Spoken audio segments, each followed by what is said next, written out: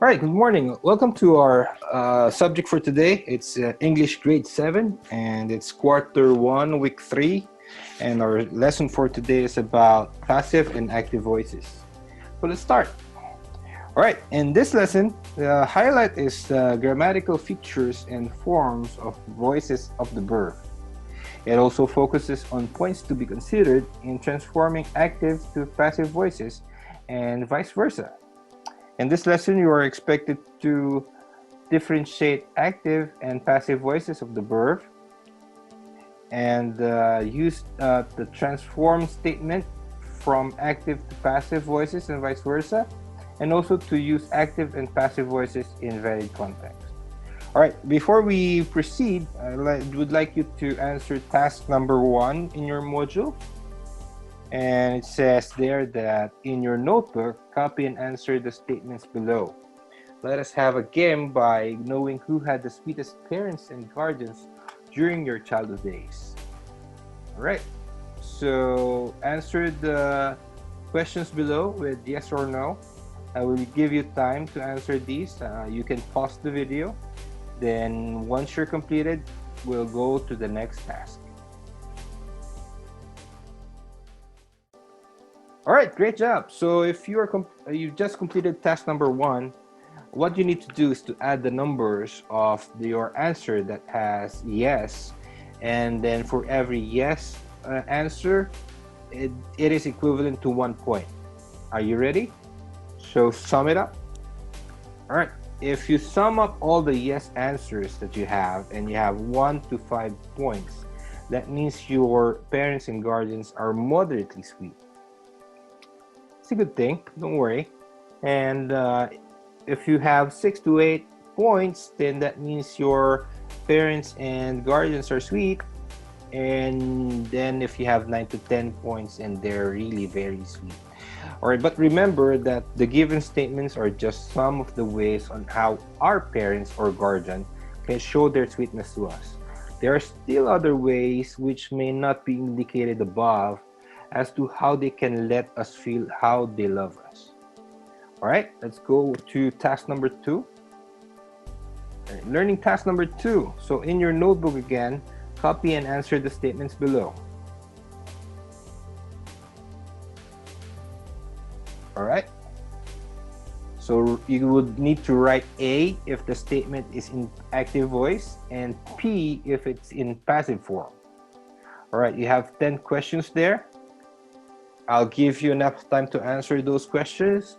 You can pause the video and go back, come back here, start it again, play it again once you have completely answered all 10 questions. All right, see you later.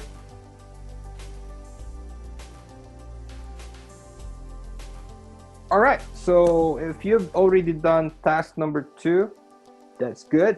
And let's now proceed with the third task on your module. Learning task number 3. In your notebook, draw the air cycle below.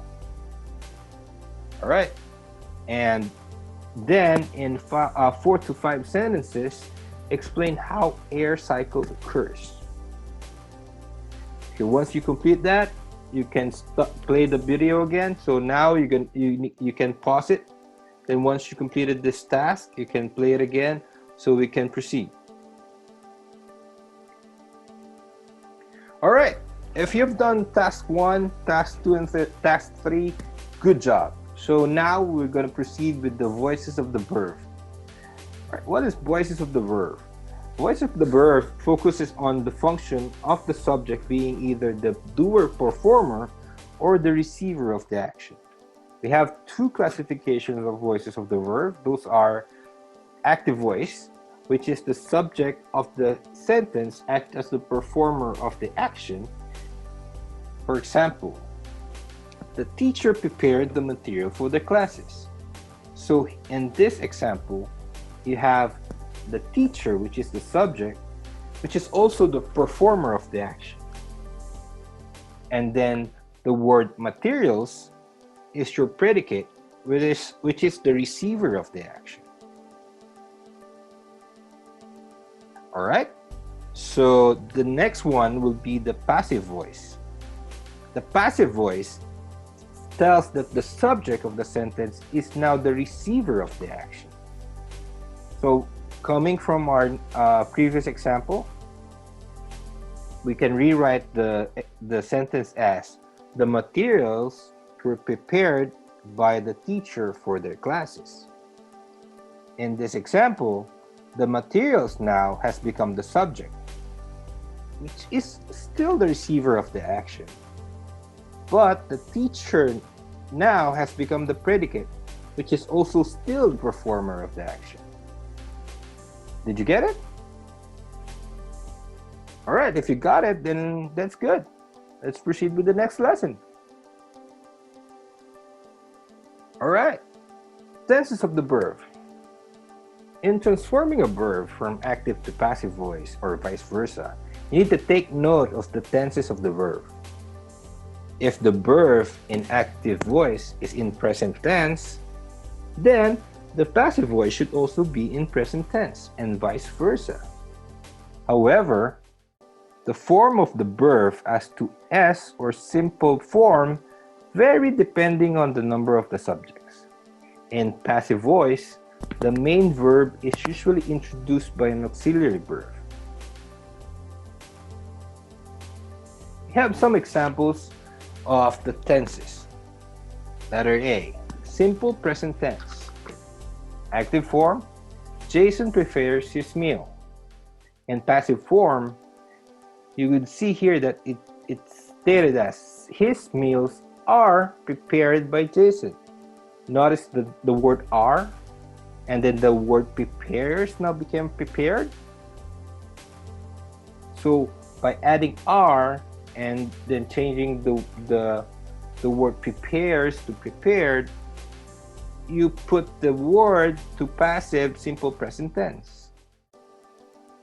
Letter B, simple past tense. Active form, Ethan informed his clients on the status of their order. To make it a passive simple past tense, you need to add where in front of informed. So now the word becomes, his clients were informed by Ethan on the status of their order. Sounds good? All right, so let's go to letter C, simple future tense.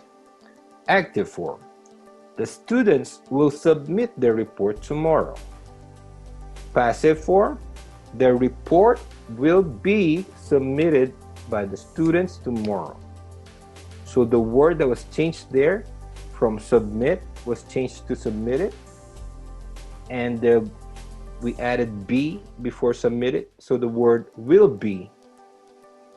Put that passive form or passive voice as a simple future tense.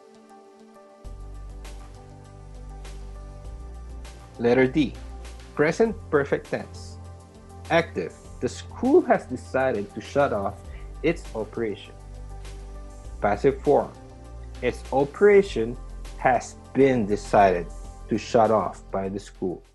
So the word been has been added in between has and decided to make it a perfect present perfect tense. Got it? Next is letter E, past perfect tense. Active, Athena had studied English before she moved to the US. Passive form, English had been studied by Athena before she moved to the US. Still, the word been has been added. All right. Letter F, future perfect tense. Active, Anthony will have baked the cake before he leaves. Passive form, the cake will have been baked by Anthony before he leaves. See the word been added to have and baked. So you got it? Okay, great. So just remember, active and passive voices of the verb may also occur in the progressive tense.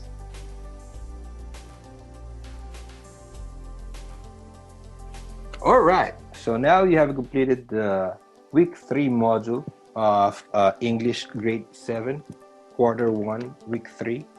Right, so now we have to do the task. So on your module, you go to the task number 4, and you need to answer these questions. Okay, from learning task number 4, convert the following sentences from active voice to passive voice. Write your answer in your notebook. Again, we have 10 questions here. I'll give you enough time to answer this. You can pause the video, and after you've completed it, just play it again so we can go and proceed to the next task.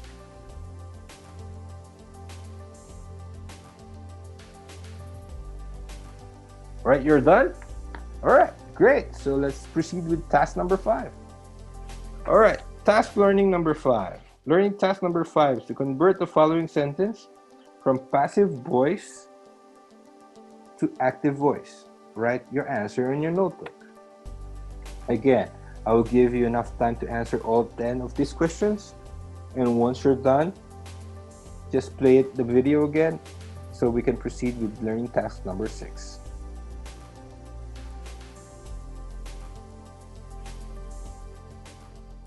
All right, so once you're done, let's proceed with learning task number 6. In this task, think of your most favorite dish. In your notebook, write the ingredients and the procedures to be taken in preparing your favorite dish. For each step, identify if it is an active or passive voice. Then, transform each statement from active to passive and vice versa. So do you know what you need to do? So first step, you need to write down the ingredients and the procedure to be taken for you to prepare your favorite dish. For every step, you need to identify if that is an active voice or a passive voice. Once you have identified each step, you need to transform each statement from active to passive and vice versa. For example, your first step is an active voice. You need to transform it to a passive voice. If your step 2 is a passive voice, you need to transform it to active voice.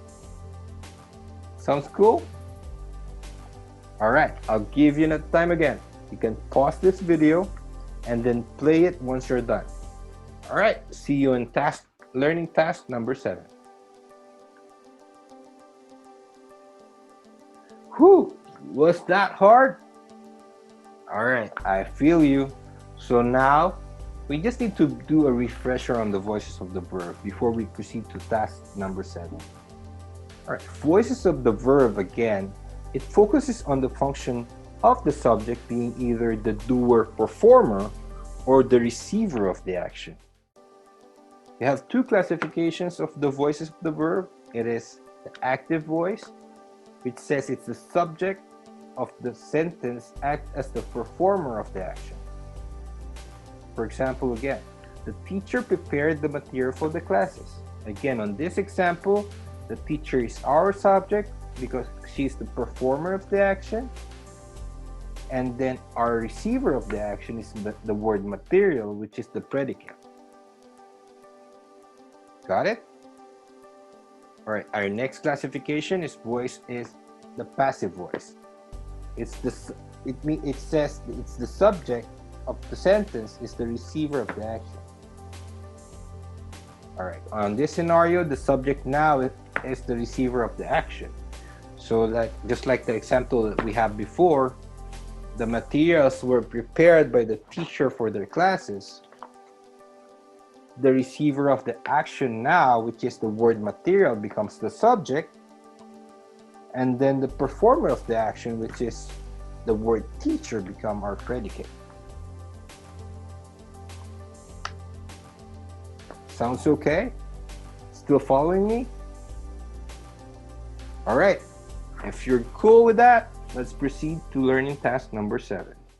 So on your learning task number 7, in your notebook, copy and answer the statements below. Then write A if the statement is in active voice and P if the statement is in passive form. Then transform each statement from active to passive, and then vice versa. Right, again, you'll have 10 questions here. I will give you enough time to answer this.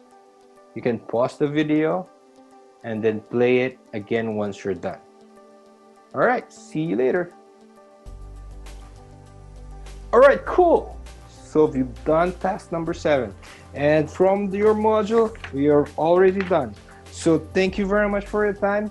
Good job, everyone. So see you next week. And I hope that you enjoyed this presentation. I hope that you enjoyed this module. And I would like to thank you for viewing. But before I let you go, don't forget to subscribe to my channel and hit that notification bell so that you will be updated and whenever I put out another video. All right? Thank you and keep on learning.